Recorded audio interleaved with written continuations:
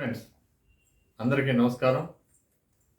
గత మాసంలో ఏప్రిల్ నెలకు సంబంధించినటువంటి ప్రభుత్వ ఉత్తర్వుల్ని మనం తెలుసుకుందాం. దాన్ని కొనసాగిస్తూ మే నెలలో ముఖ్యమైనటువంటి ప్రభుత్వ ఉత్తర్వులు ఏమిటి, మహిళలకు కానీ ఉద్యోగులకు కానీ పెన్షన్లకు కానీ సంబంధించినటువంటి జీవోలు కానీ మెమోలు కానీ యువోలు కానీ ఏముండయి అనేటువంటి విషయాన్ని ఈరోజు మనం తెలుసుకుందాం. ఎవరు కూడా స్కిప్ చేయకుండా పూర్తిగా చూడండి. ముఖ్యంగా మహిళా ఉద్యోగినులకి ఇంత క్రితం ప్రసూతి సెలవును 120 రోజులు ఇస్తుండేవాళ్ళు. దాన్ని 120 నుంచి 180 రోజులకి పెంచారు. పెంచడమే కాకుండా ఇంతకుముందు ఒక నిబంధన ఉండేది, 2 పిల్లలకు మించి ఉంటే ఇది వర్తించదని. కానీ ఇప్పుడు ఆ నిబంధన కూడా తీసేసి 2 కన్నా ఎక్కువ ఉన్నా కూడా ఈ ఉపయోగించుకోవచ్చు అని చెప్పి ఒక జీవో ఇచ్చారు. ఇది మహిళా ఉద్యోగులకి సంతోషకరమైన వార్త. ఆ జీవో వచ్చేసి GOMs number 21, finance department, date వచ్చి 5/5/2025. దాని తర్వాత రెండో జీవో ఇచ్చేసి ఉద్యోగస్తుల ట్రాన్స్ఫర్లకు సంబంధించి, ఉద్యోగస్తులకి ఈ సంవత్సరం ట్రాన్స్ఫర్లకు సంబంధించి ఒక జీవో ఇచ్చారు. ఆ జీవో వచ్చేసి జీఓఎంఎస్ నెంబరు 23, ఫైనాన్సు, డేట్ వచ్చి 15/5/25. ఉద్యోగస్తుల ట్రాన్స్ఫర్లకు సంబంధించిన నియమ నిబంధనలన్నీ కూడా దీంట్లో ఇచ్చారు.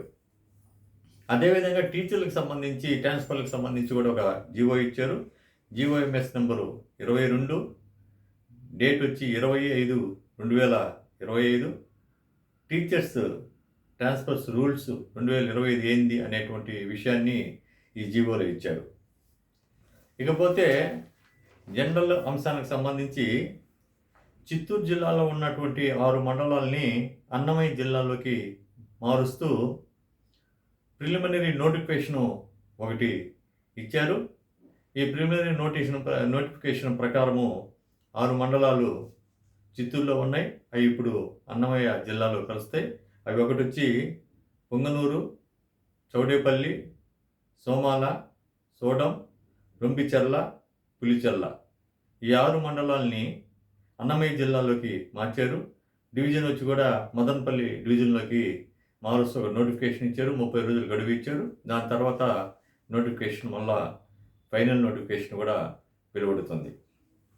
ఇక పెన్షన్లకు సంబంధించి వాళ్ళు కమిటేషన్కి సంబంధించి కోర్టు ఉత్తర్వులు ఇచ్చింది. వాళ్ళు 15 సంవత్సరాలు కట్టాలని.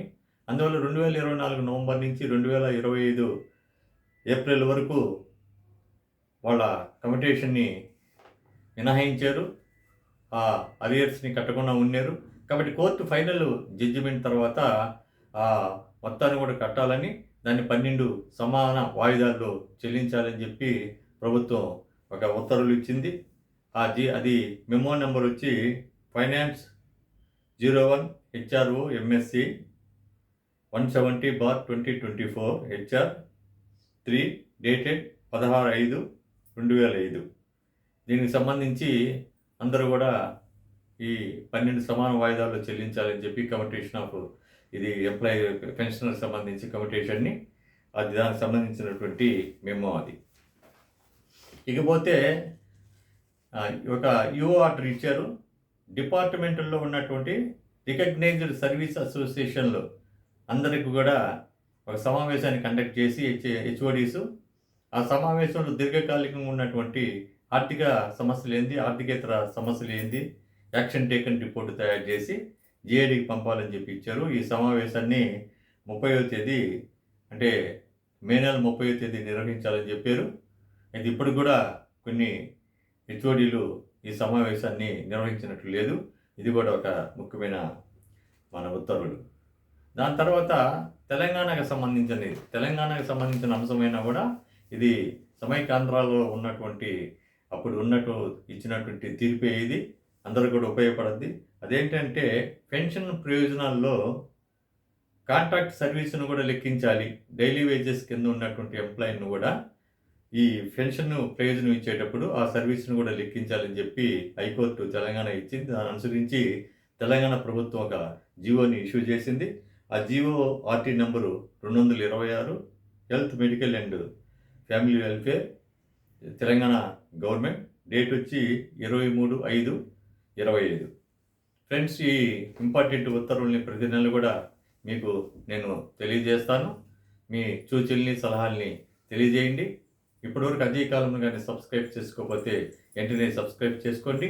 వీడియో నచ్చినట్లయితే షేర్ చేయండి, లైక్ చేయండి. మరిన్ని వీడియోలతోటి మేము ముందుకు వస్తాను. ఇట్లు అజయ్ కుమార్.